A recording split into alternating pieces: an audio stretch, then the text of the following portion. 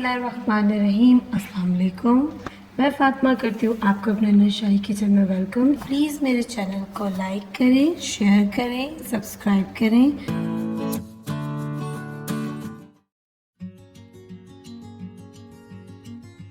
बिस्मिल्लाहिर्रहमानिर्रहीम। अस्सलाम वालेकुम। फ़ातिमा की नशाई किचन में वेलकम। तो आज मेरे किचन में बन रहा है अनार का मिल्क शेक और ये बहुत ही हेल्दी है और बड़ा ही मज़ेदार है और ये हमारे जिगर को बहुत ज़्यादा ताकत देता है। तो इसके लिए जो हमें इंग्रेडिएंट्स चाहिए, उसके लिए सबसे पहले मेरे पास ये अनार है, इसी के साथ मेरे पास चीनी है, उस पर ज़रूरत इस्तेमाल करेंगे। दूध लेंगे, थोड़ा सा पानी लेंगे, एक स्ट्रेनर लेंगे इसको स्ट्रेन करने के लिए।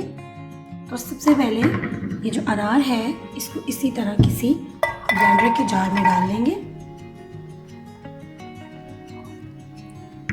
जार में डालने के बाद इसमें हम थोड़ा सा पानी डालेंगे।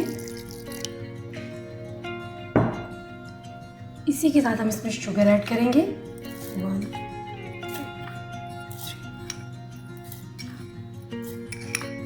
मैंने इसमें 6 टीस्पून जो है वो शुगर ऐड की है। अब हम पहले इन सब चीज़ों को अच्छे से ब्लेंड करेंगे। मैं इसको ब्लेंड करके फिर आपके साथ शेयर करती हूँ। तो देखिए, मैंने इसको पानी के साथ अनार के जो दाने हैं उनको अच्छी तरह से ब्लेंड किया है। अब हम इसमें दूध ऐड करेंगे।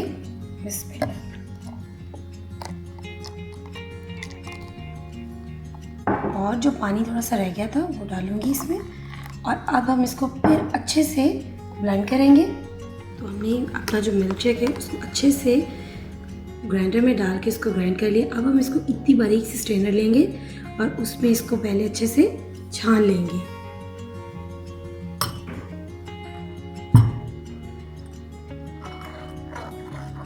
स्ट्रेनर हम बारीक ही यूज़ करेंगे, बारीक दानों वाली।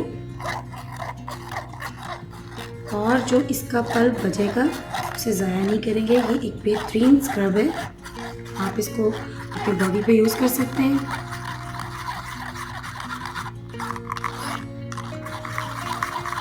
इसी तरह से मैं सारा जो अपना मिल्क शेक है उसको स्टेन करूँगी। तो देखिए, सारा जो हमारा मिल्क शेक है उसको हमने स्टेन कर लिया। अब हम इसको अपने ग्लासों में डालेंगे। और ये जो इसका पल्प बच गया है, मैंने जैसे आपको बताया था कि एक बेहतरीन स्क्रब है। ये देखिए, हम इसको यूँ लेंगे और हम इसको अपने हाथों, पैरों पे, बॉडी पे स्क्रब कर सकते हैं और ये बड़ा ही अच्छा रिजल्ट देता है।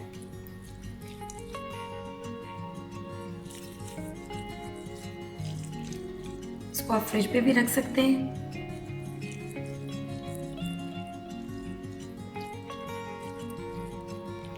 तो देखिए, ये मैंने अपने हाथ पे स्क्रब किया है और ये दूसरा हाथ है।